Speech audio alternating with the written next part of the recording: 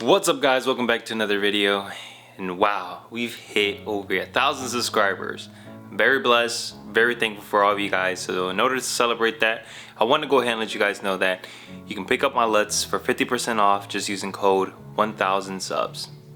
The link will be in the description as well as the coupon code to make it easier. But let's go ahead and move on to the video, and I want to talk about why. So today I want to go ahead and talk about handheld rig versus stabilizer. Which one's better and which one should you get? Most people, when they first get into filmmaking, they have their camera, they probably don't know how to use it all the way, or maybe they've just seen some YouTube video and saw somebody use a gimbal. Most of the time that's the case. When I first started videography about 4 years ago, I kind of saw that I needed a stabilizer, and I saw gimbals were the option because I didn't want to deal with a steady cam and all that stuff, because the weights and everything, balance it. Nah, just give me a gimbal, balance it, and I'll work with it. So I did just that.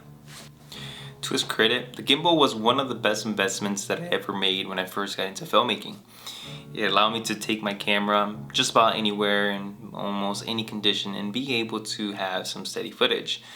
Yes, it can get annoying to be able to put the camera on and balance it out, and making sure that the weight to the power of the motor ratio is correct, and just having to carry it in a separate case or sometimes put it in your book bag, but you're knowing that's hitting each other and graining out, and eventually the gimbal is just gonna look awful.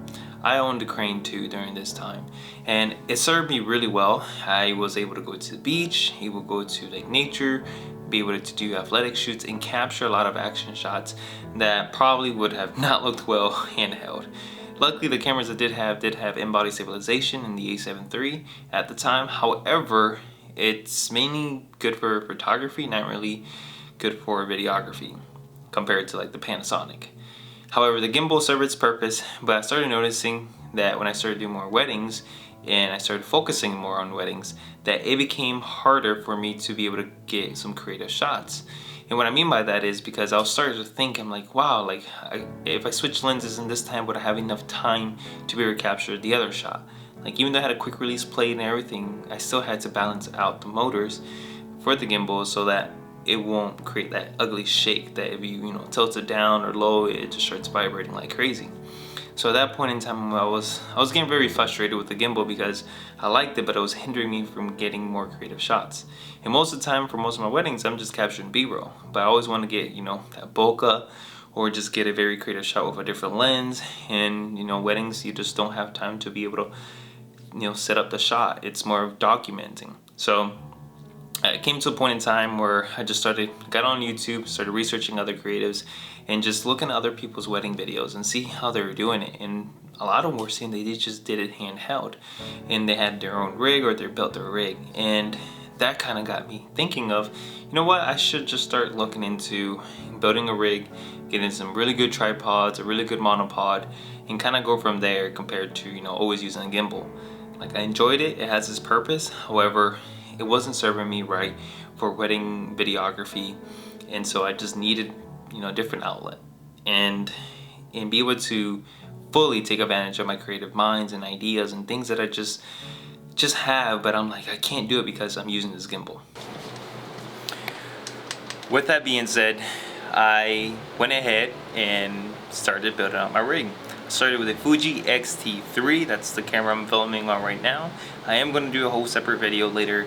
Maybe in the next video you see the full rig. I'll break it down, all the accessories, all the things I bought for it, and how I like to use it. So don't worry about that. Now, once I started building out my rig, I figured, and I started noticing how much I was enjoying shooting more, because I was able to start taking advantage more of my lenses. I was able to carry on a separate bag on the shelf and take my cage, the rig that I built, and just be able to go out and shoot a lot more often without having to worry about balancing my gimbal, taking less equipment. Yes, at times I would take a monopod, but it wasn't that big of a hinder. It actually helped me get more creative shots and stabilize my footage. Obviously, I gave up the gimbal, but I was taking advantage of my body, learning how to film with my body, how to move more in a way that allows me to just get stable footage. It also allowed me to take advantage of getting creative shots. Since I'm using my body to control the movements, I'm able to get that smoother shots. Sometimes, you know, you get that robotic feel using a gimbal, but you don't get that when you use your body. Hope you understand. Also, I like the natural camera shake. Having that natural feel makes the viewer and the audience feel like they're there with them. Because when we're actually walking, you know, if you're running, you're gonna be able to see little bumps ups and down as you run. So with your eyes. So being able to have that with the gimbal just made it feel more natural. The footage just looked nicer. And you pair it with sliders and you know, tripods and monopods, you get some really interesting and really great shots. Now, owning a rig is nice. However, it does come with a price. Depending on how you modify it, and I am gonna in a separate video break it down what I paid for and how I rigged out my XE3. But me having, you know, it does come with a price, probably as much as having a gimbal, to be honest. But it's worth it. You're able to attach monitors, handles, microphones, lights, rods, set up your battery, you know, with the XE3 that being an issue, have a V-mount battery on attached to it. You're able to rig it out, and it makes the camera just look way more professional compared to just having a camera and a gimbal. And then try to rig out a gimbal is so difficult. I've done it before. It's not fun, and it becomes extremely heavy, and then you can't just sit the thing down all the time. You know, you're just always looking at it. That was not fun. However, using a rig was a lot better. And again, this is not to tell you that a gimbal is bad or a rig is better, but I do feel that each one of them has its purpose when it comes to filmmaking. And for me, I found that the rig is a much better setup when I go out and capture video. The only time where I would need a gimbal is from action shots, and I really don't shoot that much action shots, so I really don't need it. However, I could just, you know, get a scooter, get a bicycle, or get something that I can ride in, a golf cart from somebody or whatever, if I'm, you know, planning to get any action shots. But hopefully you found this video interesting and helpful and insightful, and be able to help you make a decision whether or not you should just rig up your system or just, you know, buy a gimbal. But if you have both, more power to you. I sold my gimbal, so no regrets here. But if you can afford both, go ahead and do so. You won't regret it. Again, thank you guys for all the support, for subbing to the channel.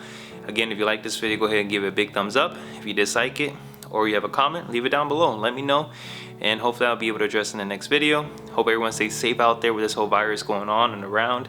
All my creatives, stay tough, stay grinding, keep doing your work, and take advantage of the time that you guys do have with your family. Again, thank you guys for watching. Till the next one. Peace.